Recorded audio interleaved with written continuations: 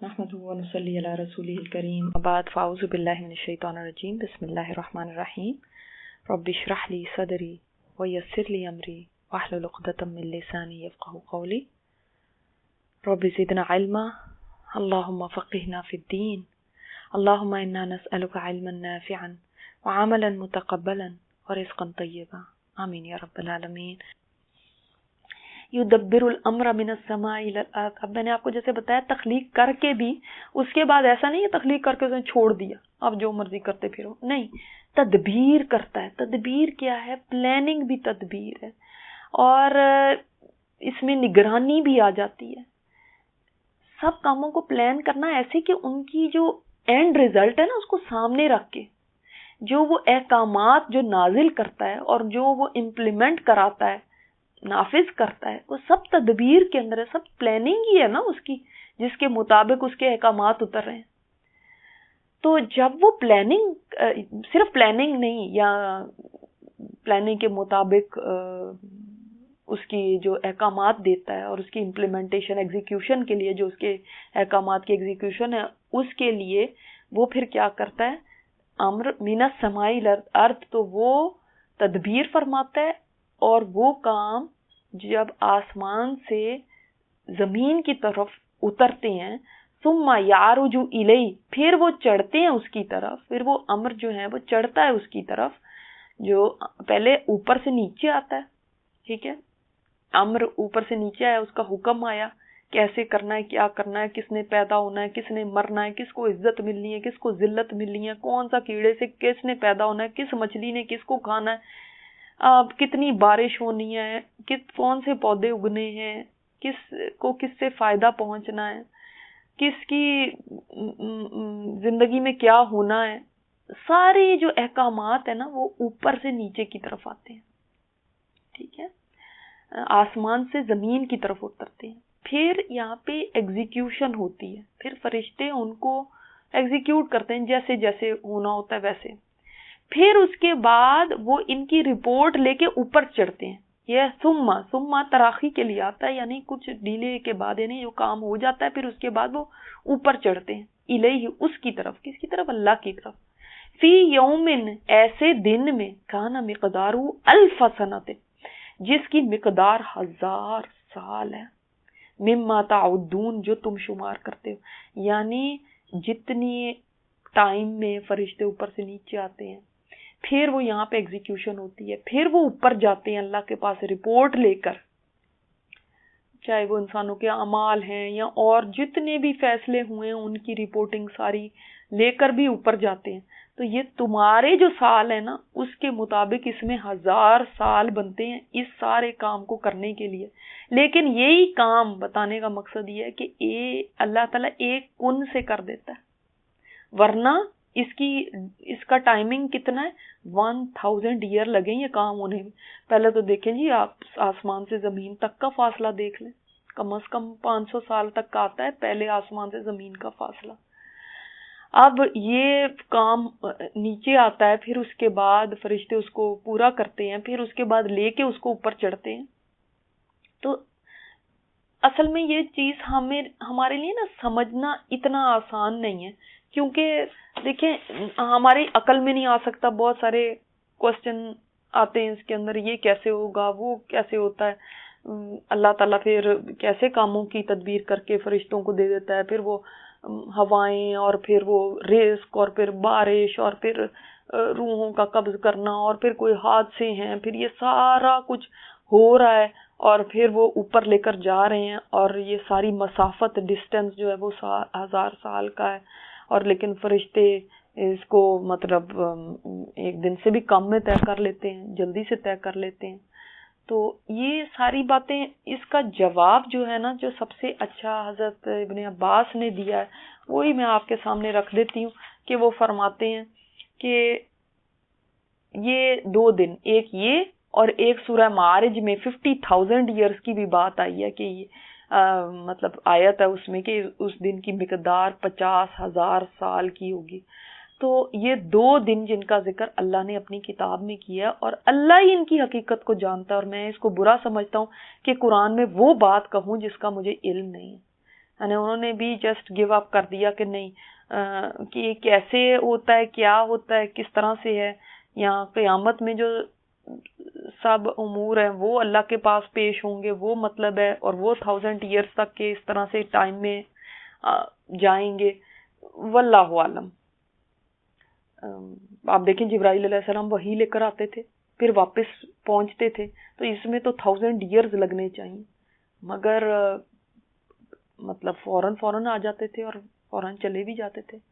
اور یہ بھی ہو سکتا ہے کہ یوم سے مراد قیامت کا دن ہو، یعنی اللہ تعالیٰ آسمانوں سے زمینوں تک تمام کائنات کی تدبیر فرماتا ہے. پھر ایک وقت آئے گا جب یہ سارا سلسلہ ختم ہو جائے گا، تمام انسانوں کے اعمال جو ہے آخری فیصلے کے اللہ کی بارگاہ میں پیش کیے جائیں گے، اور یہی قیامت ہے. یہ دن 1000 سال کا ہوگا. اب بندہ سوچتا ہے کہ سورہ معارج آیت 4 میں تعرج الملائکۃ والروح الیہ فی یوم کان مقدارہ 50,000 سنہ، وہاں پہ 50,000 ہے، یہاں پہ 1000 ہے. تو اگر واقعی یہاں پہ قیامت کے دن کی بات ہو رہی ہے تو قیامت کا دن وہاں پہ 50,000 اور یہاں پہ 1000 کیوں ہے؟ ہو سکتا ہے ہر ایک کے اعمال کے مطابق. دیکھیں کسی کے اعمال کی جتنی شدت ہوگی، کسی کو 1000 سال کا معلوم ہوگا، کسی کے اعمال ایسے ہوں گے کہ وہ جس کو کہتے ہیں نا کہ ایک میرے لیے ایک منٹ جو تھا وہ صدیوں کے برابر تھا میرے لیے. جب ہم مشکل وقت کا کہتے ہیں تو ہم ایسے ہی بولتے ہیں نا، تو وہ ایک جو منٹ ہم کہہ رہے ہوتے ہیں وہ صدی کے برابر تو نہیں ہوتا، لیکن وہ گزر ایسے رہا ہوتا ہے. اسی طرح ان لوگوں کے اوپر 50,000 سال کا وہ دن ہوگا. تو یہ بھی مانا ہو سکتا ہے واللہ عالم، اللہ عالم کہ جو ہے نا کیا اس میں مطلب یہ راز ہے، یہ کیا اس کے اندر بات ہے. مگر یہاں پہ ویسے دیکھنے میں لگتا ہے کہ ایک جو دن کی اللہ تعالیٰ تدبیر جو کرتا ہے، ایک دن 1000 سال تمہارے اللہ کے ہاں وہ کچھ بھی نہیں ہے. وہ لمحے بھر میں وہ فرشتے وہ کام کر کے بھی چلے جاتے ہیں. ٹھیک. اور اللہ تعالیٰ نے جو فرشتوں کو کام سونپے میں، اللہ تعالیٰ خود بھی اپنے کن سے سارے کام کر سکتا ہے، یہ نہیں ہے اس کو کوئی مددگار نہیں چاہیے. ٹھیک ہے. اگر یہ اللہ کا ایک نظام ہے، وہ خود حفاظت کرتا ہے، مگر اس نے 7 فرشتوں کو مقرر کیا ہوا ہے. وہ خود رزق دیتا ہے، لیکن اس نے رزق کے لیے فرشتے مقرر کیے ہیں، وہ پھیلاتے رہتے ہیں رزق کو. تو اس طرح سے وہ خود بادلوں کو لے جا کے کہیں بارش کے لیے کن کہہ سکتا ہے. مگر یہ سارا چیزیں اللہ تعالیٰ نے فرشتوں کے ایک سپورٹ کر کے ایک سسٹم بنا دیا. اور ہمیں پتہ چلتا ہے کہ قرآن و حدیث سے کہ ہر چیز کے الگ الگ فرشتے ہیں. اور مثلا طائف میں پہاڑوں کا فرشتہ اترا تھا، اس کا مطلب پہاڑوں کا بھی کوئی فرشتہ ہے جس نے آپ صلی اللہ علیہ وسلم سے آگے فرمایا تھا کہ میں ان کو پہاڑوں کے درمیان یعنی پیس دوں. تو یہ سارے ہیں کرامن کاتبین الگ ہیں، منکر نکیر الگ ہیں، بادلوں کو ہانکنے والے الگ ہیں، ہماری حفاظتیں کرنے والے الگ ہیں. تو مطلب فرشتے بھی کتنے کاموں پہ مامور ہیں. تو یہ ساری اللہ تعالیٰ کی جو پلاننگ ہے، اور پھر اس کے مطابق اس کے اسباب مہیا کرنا، کس کام کو کس طرح سے کرنا ہے، اس کو کیسے اس نے ایگزیکیوٹ کرنا ہے، یہ سب چیزیں. بعض لوگ اس طرح سے بھی شرک کرتے ہیں کہ وہ کہتے ہیں فلاں فلاں کو بھی اللہ تعالیٰ نے، فلاں ولی کو یا فلاں کو ہم اللہ نے ہی مقرر کیا ہے، لیکن اس کو سمندروں پہ کر دیا ہے، اس کو اولاد کے لیے کر دیا ہے، اس کے لیے فلانے کے لیے کر دیا ہے، اس لیے وہ کبھی یا علی مدد، یا گنج شکر، گنج بخش مدد، غریب نواز، داتا صاحب، یا عبد القادر جیلانی، یا رسول اللہ، اس طرح کی باتیں کرتے ہیں. کیونکہ وہ کہتے ہیں ان کے پاس بھی طاقتیں اللہ کی طرف سے ہی دی ہوئی ہیں، لیکن ان کے پاس بھی ہیں. حالانکہ وہ کہتے ہیں جیسے فرشتوں کے پاس ہیں تو ان کے پاس بھی تو ہو سکتی. حالانکہ اتنی تو عقل کریں کہ فرشتوں کے بارے میں تو قرآن و حدیث سے ثبوت ملتا ہے، تمہارے پاس کدھر سے ثبوت آیا ہے کہ یہ سارے بھی کچھ کرتے ہیں؟ تم بھی تو اپنی دلیل لا کے دکھا دو نا، کوئی قرآن سے لا کے دکھا دو، کوئی حدیث سے لا کے دکھا دو. کیا اوتھینٹسٹی ہے اس بات کی؟ یا خود ہی باتیں بنائی ہوئی ہیں؟ منہ کی باتیں ہی نہیں، جیسے مشرکین مکہ کو کہا گیا یہ تمہارے اپنے منہ کی باتیں ہیں اور کچھ بھی نہیں. تو یہ منہ کی باتیں ہی بنائی ہوئی ہیں کہ وہ غریبوں کو نوازنے والا یہ ہے، داتا دینے والا یہ ہے. یہاں پہ تو پتہ چلتا ہے کہ آسمان سے لے کے زمین تک جتنے کام ہیں یہ اللہ کی تدبیر ہے، اس میں اللہ کا کوئی شریک نہیں، اللہ کے حکم اور اجازت سے صرف ہوتا ہے. جس امر کی بھی وہ تدبیر کرتا ہے اس کو آسمانوں سے زمین کی طرف اتار دیتا ہے. دیکھیں یہی تو لا الہ الا اللہ ہے نا، کلمہ ہے ہی یہی کہ میں نہیں کچھ کر سکتا، کوئی اور کچھ نہیں کر سکتا، صرف اللہ ہی کر سکتا ہے. یہی تو کلمہ، اللہ ہی سب کچھ ہے. اللہ کو سب کچھ سمجھو، اپنا سب کچھ اللہ کو بنا لو، یہی کلمہ ہے. اس کو بھی تو سیکھنے کی ہمیں ضرورت ہے نا، یہ بھی ایمان راسخ کرنے کی ضرورت ہے اندر. وہ جو لوگ اللہ کے علاوہ دوسروں کو اختیارات دیتے ہیں وہیں پہ تو شرک آ جاتا ہے. اولاد کی ذمہ داری کسی کو دے دی، مشکلیں حل کرنے کے لیے کسی کو رکھ دیا، رزق کے لیے کسی اور کو کر لیا، بیماری سے شفا لینے کے لیے کوئی اور مقرر کر دیا، خود ہی پتہ نہیں ان کو کس نے خواب میں دکھا دیا. تو ساری تدبیر اللہ کی ہے. تو کسی کے پاس بھی کوئی اختیار نہیں ہے. جب بھی سورہ احقاف میں اللہ تعالیٰ نے فرمایا نا اس سے بڑھ کے گمراہ کون ہو سکتا ہے جو اللہ کو چھوڑ کے ان کو پکارتے ہیں، جو قیامت تک ان کو جواب نہیں دے سکتے اور ان کی پکار سے بھی بے خبر ہیں. ان کو یہ بھی نہیں پتا ممبئی ہمیں پکار رہے ہیں. اب ان کو کون سی وحی آئی جس میں یہ پتا چلا کہ یہ ہماری پکاریں سنتے بھی ہیں پھر ویسے ویسے کرتے بھی جاتے ہیں.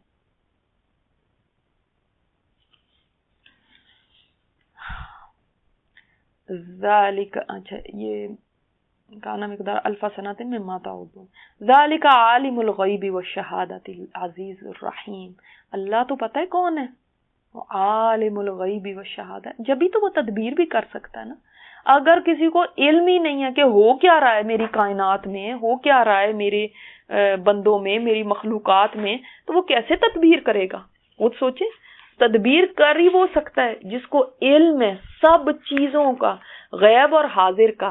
ایک بات یہاں پہ یاد رکھیے کہ یہ جو غیب کا کہا گیا نا، یہ غیب اللہ کے لیے نہیں ہے، یہ غیب ہمارے لیے ہے. ہم جن چیزوں کو کہتے ہیں کہ یہ حواس میں نہیں آتی، نہ دکھ سکتی ہیں، نہ سن سکتے ہیں، نہ سونگ سکتے ہیں، نہ محسوس کر سکتے ہیں، وہ غیب ہے.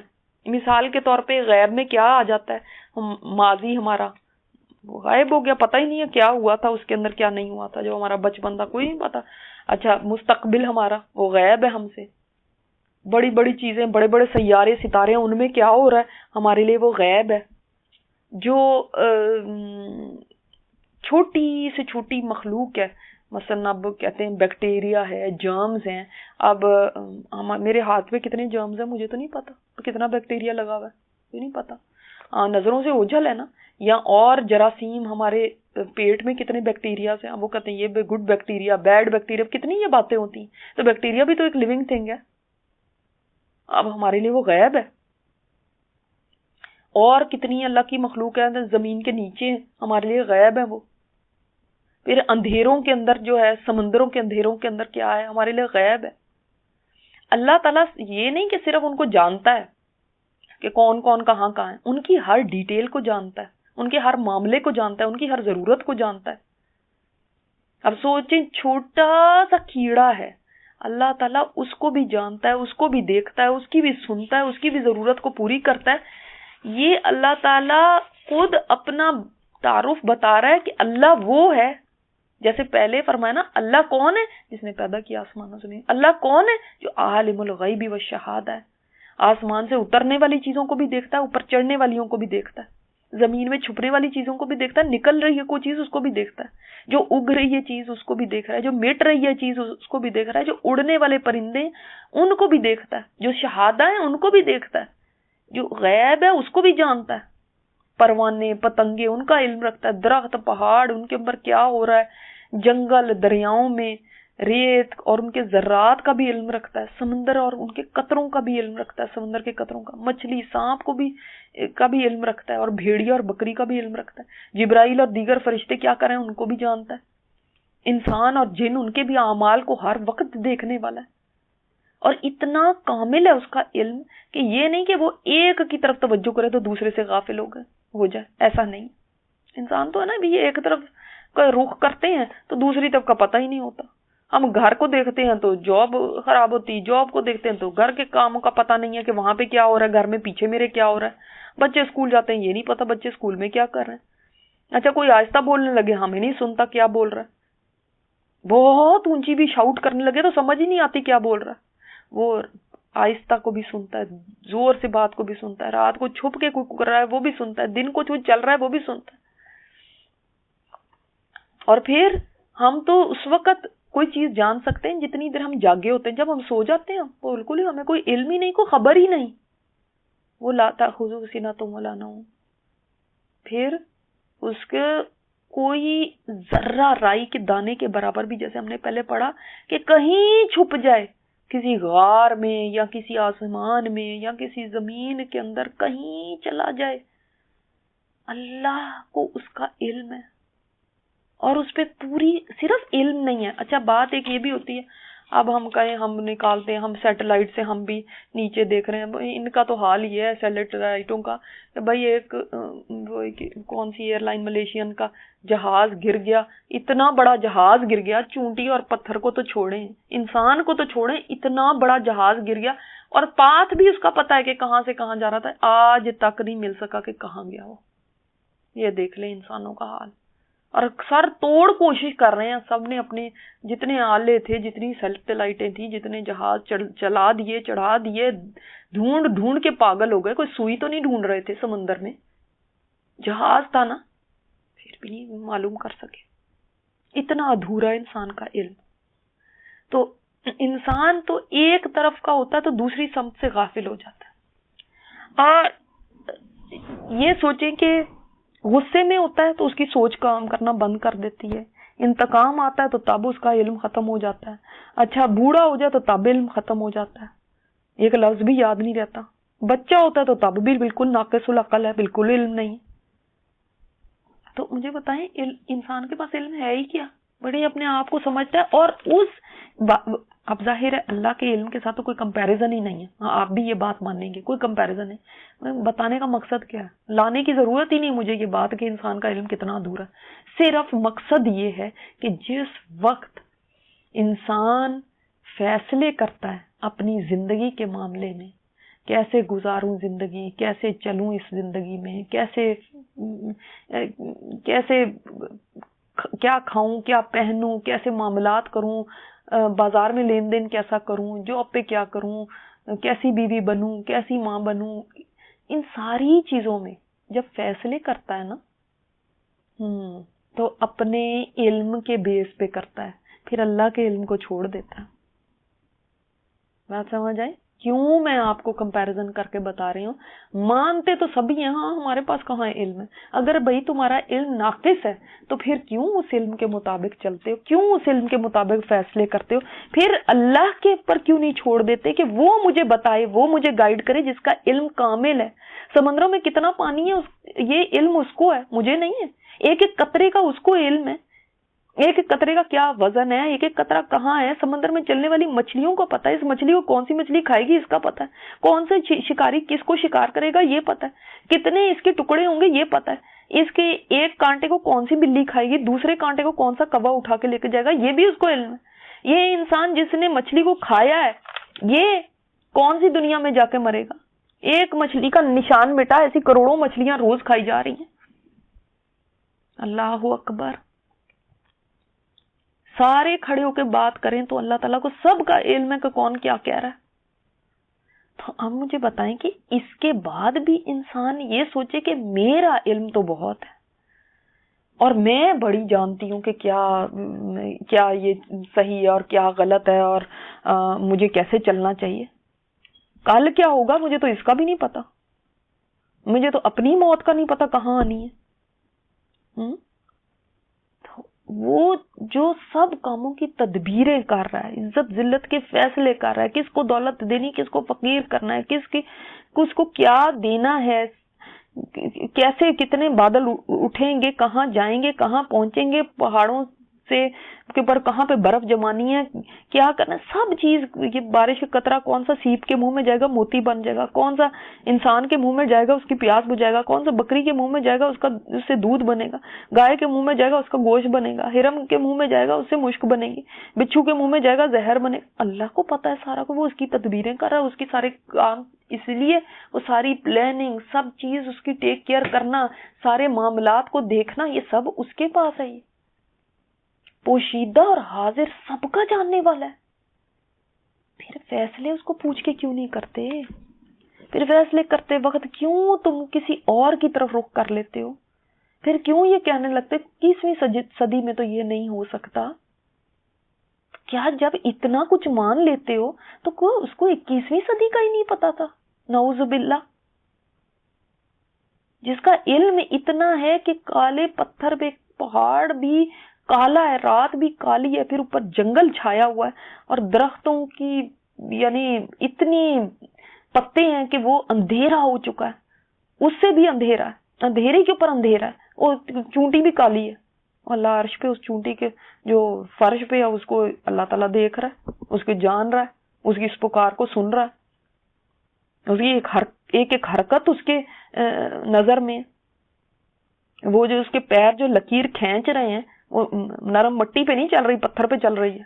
پتھر پہ تو لکیر بھی نہیں ہوتی، وہ لکیر بھی بنتی ہے تو مشین سے بنتی ہے. اللہ تعالیٰ اس لکیر کو بھی جانتا ہے.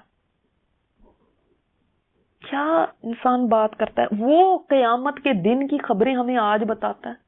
ہم نے دیکھا نا، آگے بھی ہم پڑھیں گے اور پیچھے بھی ہم پڑھ کے آئے ہیں کہ قیامت کے دن کیا کرے گا، باپ اور بیٹے کے درمیان کیا ہوگا، وہ اس کو کیا کہے گا، کون کس سے کیا بات کر رہا ہوگا، کون کدھر جا رہا ہوگا، سما کیا ہوگا، سارا کچھ ہمیں نقشہ کھینچ دیا. وہ تو اتنا فیوچر میں ہے، وہ تو بہت فیوچر ہے. وہ اس کو بھی جانتا ہے کہ کنورسیشن کو بتا دیا گیا، یہ کنورسیشن ہو رہی ہوگی، دلوں کے یہ حال ہو رہے ہوں گے. اللہ اکبر.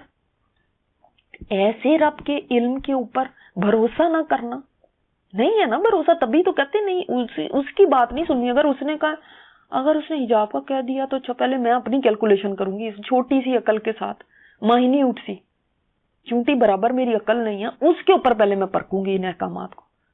کیسی یہ انسان کی نادانی ہے، کیسی اس کی جہالت اور بے وقوفی ہے کہ وہ کس کے حکم کو کس پہ پرکھ رہا ہے. پرکھنے کے لیے بھی کوئی عقل چاہیے، علم چاہیے. تمہارے پاس علم ہی کیا ہے؟ اتنا بھی علم نہیں ہے کہ اس وقت میرے پیچھے کوئی آگے کھڑا ہو جائے مجھے نہیں پتا کون ہے. یہ حال ہے انسان کا. اور وہ فیصلے چاہتا ہے کہ میں اپنی مرضی کے مطابق چلوں، اور وہ پہلے چاہتا ہے کہ میں پہلے ڈائسیکشن کروں ان احکامات کی. میں دیکھوں کہ پہلے یہ بھی صحیح بھی چل سکتے ہیں کہ نہیں چل سکتے. اللہ اکبر. اور پھر میں دیکھوں کہ اس میں فائدہ ہے کہ نہیں ہے. یہ تم بتاؤ گے. عالم الغیب و شہادہ پہ بھروسہ کریں. اس کا علم کامل ہے، تمہارا علم ناقص ہے. ناقص ہے تمہارا علم، تم تو جاہل ہو. ساری دنیا، پورے جن انسان فرشتے سب، ساری دنیا کا علم ایسے ہے اس کے علم کے آگے جیسے پرندے نے اپنی چونچ میں اتنا سا پانی کا قطرہ لیا. اس علم کی بیس پہ اس میں سے ہمارا حصہ کتنا ہوگا ہمارے جیسے جاہلوں کا؟ بتائیں.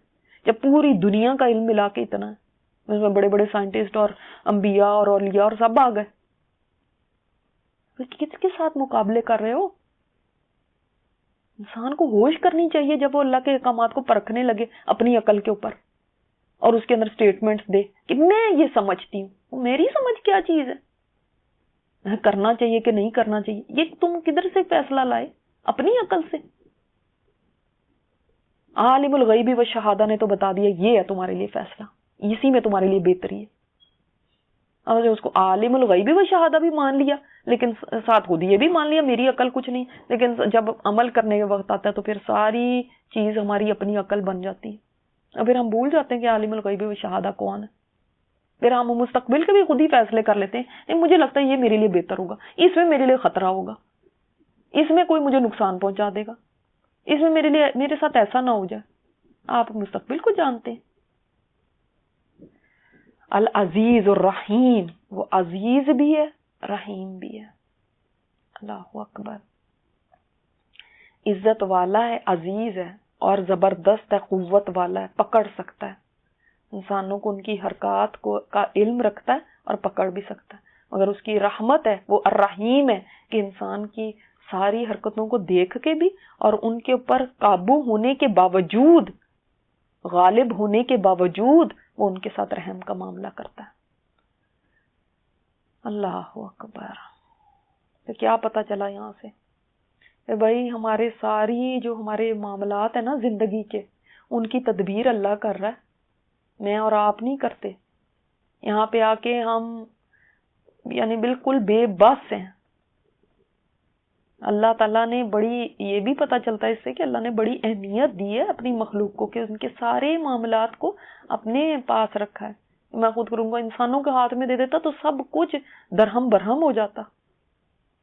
لیکن یہ بھی ساتھ ہمیں سمجھ لینا چاہیے کہ تدبیر اس کی ہوتی ہے، ہم بے بس ہیں. ہمارا بس صرف یہ ہے کہ ہمیں اتنی سی صرف اس نے یعنی دیا ہوا آزادی کہ ہم شریعت کے کو پہ چلیں نہیں چلیں، ایمان لائیں نہیں لائیں. ادروائز زندگی کے معاملات میں، جینے مرنے میں، صحت بیماری میں، اور جتنے کہاں شادی ہونی، کیا بچے ہونے، کس کے ساتھ کیا، یہ سب چیزوں میں ہم بے بس ہیں. ہمارے میں سے کسی کی بھی یعنی اس کے اندر سے نہیں ہے، اور نہ ہی ہماری مرضیاں پوچھی جاتی ہیں. کب میں نے پیدا ہونا ہے، کب میں مروں، کب میرے ساتھ کیا ہو، کیسا ہونا چاہیے اور کیسا نہیں ہونا چاہیے، یہ ہو اور یہ نہ ہو، یہ ہمارے بس کی بات نہیں ہے. اور نہ ہی فرشتے اس میں کچھ چینج کر سکتے ہیں. ایز اٹ از امپلیمنٹ ہوتا ہے. ٹھیک ہے. اور سارے کاموں کے بعد رپورٹنگ بھی ہوتی ہے. ایسی نہیں ہے کہ بھئی رپورٹنگ نہ ہو.